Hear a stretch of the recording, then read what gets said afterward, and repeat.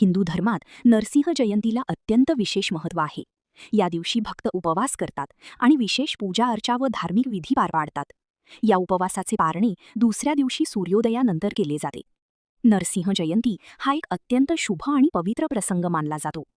चतुर्दशी तिथी आरंभ ही 29 एप्रिल 2026 सायं 7:51 होत असून चतुर्दशी तिथी समाप्ती 30 एप्रिल 2026 रात्री 9:12 होत आहे.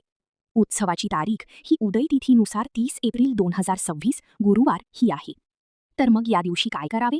तर सकाळी लवकर उठा, स्नान करा आणि स्वच्छ वस्त्रे परिधान करा.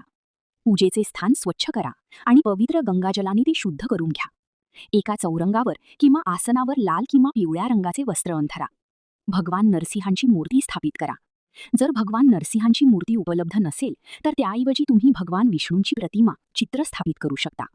पूजा सुरू करण्यापूर्वी उपवास पाळण्याचा आणि पूजा संपन्न करण्याचा दृढ संकल्प प्रतिज्ञा करा. भगवान नरसिंहांच्या मूर्तीला पंचामृताने 5 पवित्र चंदन, कुंकू, हळद आणि गुलाल यांसारख्या वस्तू अर्पण करा. त्यांना पिवळ्या किंवा लाल रंगाच्या वस्त्रांनी सजवा आणि पिवळ्या फुलांचा हार अर्पण करा. भगवान नरसिंहांना फळे आणि मिष्ठान्न, विशेषतः गूळ आणि भाजलेले हरभरे म्हणजेच फुटाणे यांचा नैवेद्य दाखवा.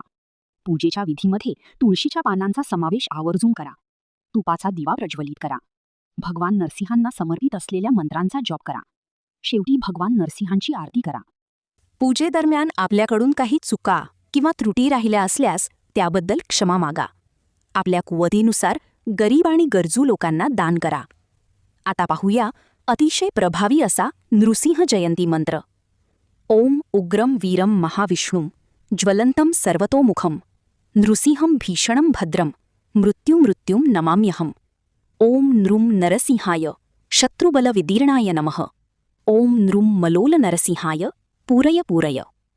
पौराणिक कथांनुसार भगवान विष्णूंनी आपला भक्त प्रल्हाद याचे रक्षण करण्यासाठी नरसिंह अवतार धारण केला होता. या अवतारात भगवान नरसिंहांचे शरीर अर्धे मानवी आणि अर्धे सिंहाचे होते. हिरण्यकश्यपूच्या अत्याचारांतून जगाची मुक्तता करण्यासाठी ते सायंकाळी एका स्तंभातून प्रकट झाले. हिरण्यकश्यपूला घराच्या उंबरठ्यावर आपल्या मांडीवर घेऊन त्यांनी आपल्या दोन्ही हातांच्या नखांनी त्याचे पोट विदीर्ण केले.